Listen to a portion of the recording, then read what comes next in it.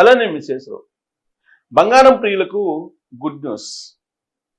భారీగా బంగారం రేటు తగ్గింది. ఎంత భారీగానంటే 12 ఏళ్ల క్రితం ఎంత పడిపోయిందో ఆ రికార్డును కూడా బద్దలు చేస్తూ ఇప్పుడు పడిపోయింది.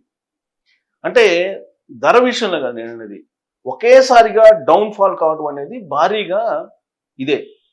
9,000 రూపాయలు తగ్గింది తులానికి. 9,000 రూపాయలు. ఇంత స్థాయిలో తగ్గడం అనేది ఈ మధ్యకాలంలో మనం ఎప్పుడు చూడలేదు. కానీ అంతర్జాతీయ మార్కెట్లో ఔన్స్ బంగారం వచ్చేసి $4,000 పడిపోయింది. ఇది కనుక $3,500 అలా వస్తే కనుక 70 నుంచి 80,000 మధ్యలో తులం బంగారం మనకి 24 క్యారెట్లు లభించే అవకాశం ఉంది. అసలు 3,000కి 3,200కి కూడా పడిపోతుందని చెప్పి కొన్ని సర్వేలు చెప్తూ ఉన్నాయి.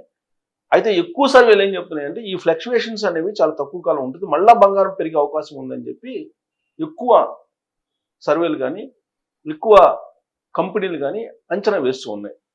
అయితే ఇప్పుడు సడన్గా ఇంత పడిపోవడానికి కారణం ఏంటి అని అంటే, చాలా కాలం నుంచి నేను చెప్తూ ఉన్నాను, చాలా వీడియోలు కూడా చేశాను, పెరుగుట విరుగుట కొరకే అని చెప్పి. ఎప్పుడు బంగారం ధర తగ్గుతుంది అని చెప్పి నేను చెప్పానంటే, గత వీడియోలో కూడా మీరు ఒకసారి రివ్యూ చేసుకోవచ్చు.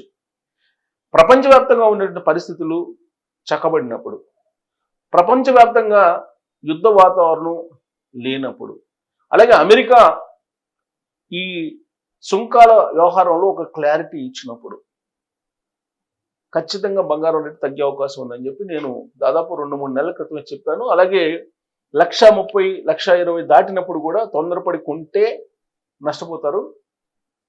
కాబట్టి మీరు షార్ట్ టర్మ్లో కొనుక్కొని వెంటనే అమ్ముకునే దానికైతే కొనుక్కోవచ్చు, కానీ బట్ లాంగ్ టర్మ్లో మీరు కొంటే మాత్రం నష్టపోయే అవకాశం ఉందని చెప్పి ఇంటర్నేషనల్ ఎక్స్పర్ట్స్ చెప్తున్నారని చెప్పి నేను ఎవరెవరు చెప్తున్నారనేది కూడా కోట్ చేసి మీకు సమాచారాన్ని అందించడం జరిగింది. సరే, నిన్న మొన్న కూడా నేను వీడియోలు చేశాను. బంగారం రేటు పెరుగుతూ ఉంది, ఇంకా తగ్గే అవకాశం ఉందని చెప్పి చెప్తున్నారని చెప్పి చాలామంది నన్ను విమర్శించినటువంటి వాళ్ళు కూడా ఉన్నారు. అలాగే ఫోన్ చేసి అడిగినటువంటి వాళ్ళు కూడా ఉన్నారు, బంగారం కొనమంటారా వద్దంటారా అని.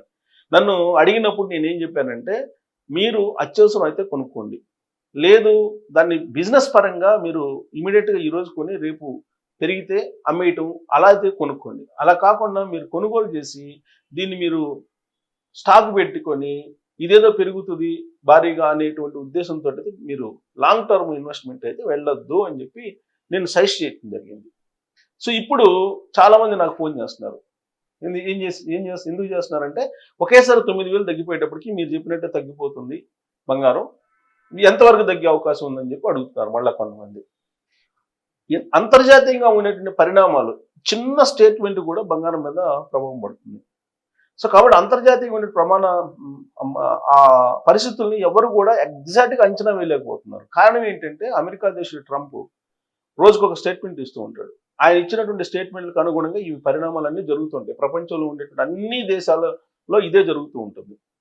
ఆయన రీసెంట్గా ఏం చేశారు, చైనా తోటి మేము ట్రేడ్ వార్ని ఓపెన్ చేశాడు.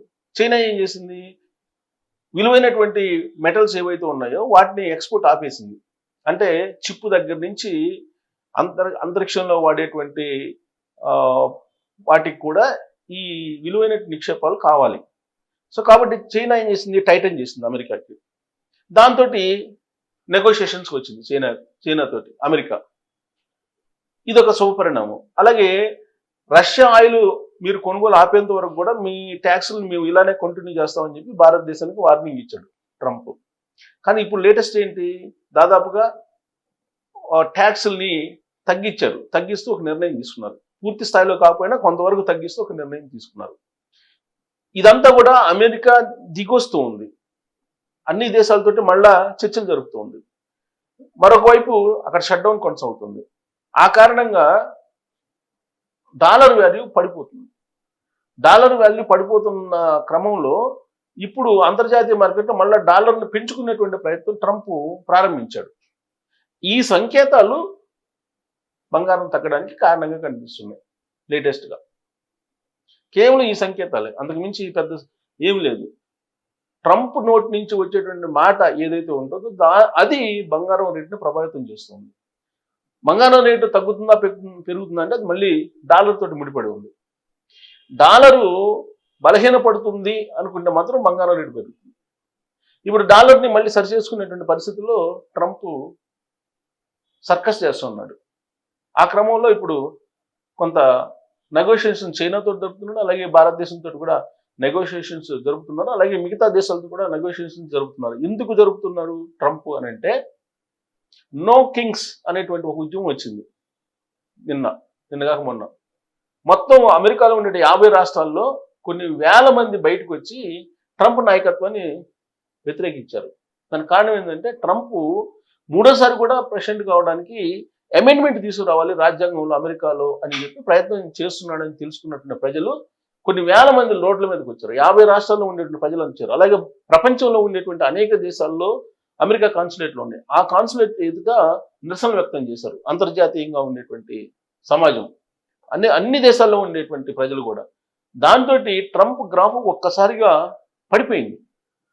అది తట్టుకోలేక ట్రంప్ ఇప్పుడు కొంత మారినట్టు కనిపిస్తుంది అని చెప్పి ప్రస్తుతానికైతే భావించవచ్చు. ఎందుకంటే ట్రంప్ పికిల్ మైండ్ అని చెప్తుంటారు చాలామంది.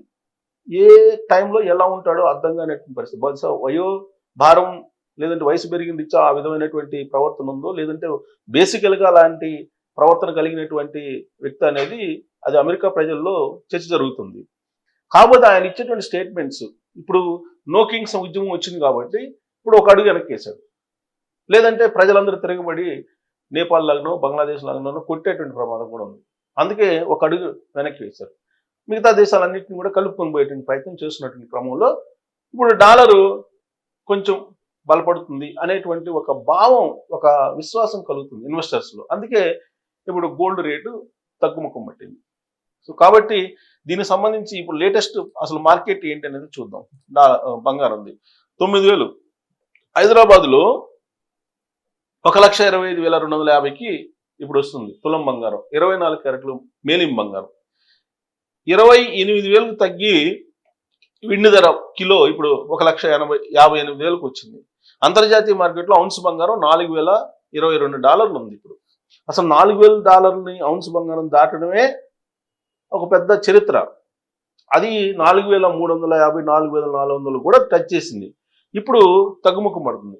అది కనుక 3,500 రూపాయలకు వస్తే ఔన్స్ బంగారం అంతర్జాతీయ మార్కెట్లో మళ్ళీ మనకి 70 నుంచి 80 వేల మధ్యలో తులం బంగారం మేలిమి రకం మనకు లభించే అవకాశం ఉంది. సో బుధవారం ధరలు భారీగా తగ్గుముఖం పట్టాయి. కొద్ది రోజుల క్రితం తులం 1,30,000 దాటి రికార్డు స్థాయికి చేరిన బంగారం ప్రస్తుత ధర తగ్గుతుంది.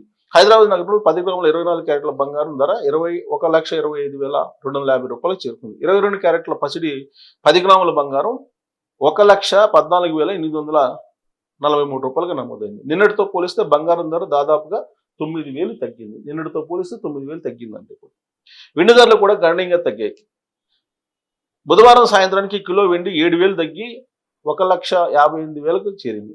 వారం రోజుల్లో వెండి ధర 28,000 తగ్గడం గమనార్హం. వారం రోజుల క్రితం వెండి ఎవరైతే కొన్నారో వాళ్ళకి భారీగా నష్టమే. చాలామంది వెండి కొన్నారు.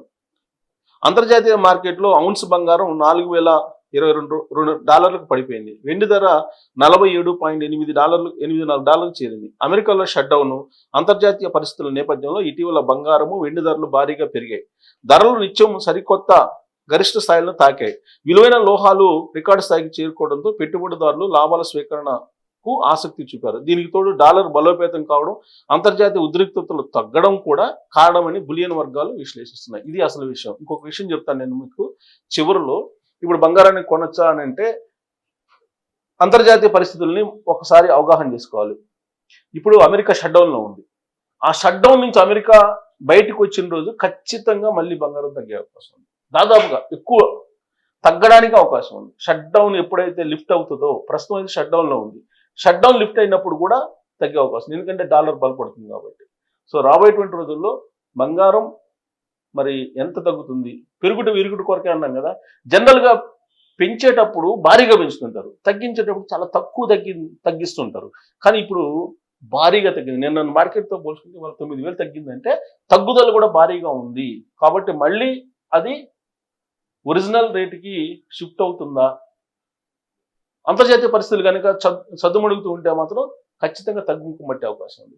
లేదు ఈ లోపు మళ్ళా ట్రంప్ ఏదైనా ఉద్రిక్త పరిస్థితులు రెచ్చగొట్టి ఉద్రిక్త పరిస్థితులు తీసుకొస్తే మళ్ళా పెరగడానికి అవకాశం ఉంది. సో కాబట్టి ఏదైనా సరే ఫ్లక్చుయేషన్స్ ఒక 15% అటు ఇటు ఉండొచ్చు అని చెప్పి అంతర్జాతీయ నిపుణులు చెప్తున్నారు. కాబట్టి దానికి మీరు సిద్ధపడితే మీరు కొనుక్కోవచ్చు. లేదంటే బాగా తగ్గిన తర్వాత కొనుక్కోవడానికి అంటే లాంగ్ టర్మ్లో కొన్ని సంవత్సరాల పాటు 1-2 సంవత్సరాల పాటు వెయిట్ చేయాల్సి వస్తుంది. Thank you.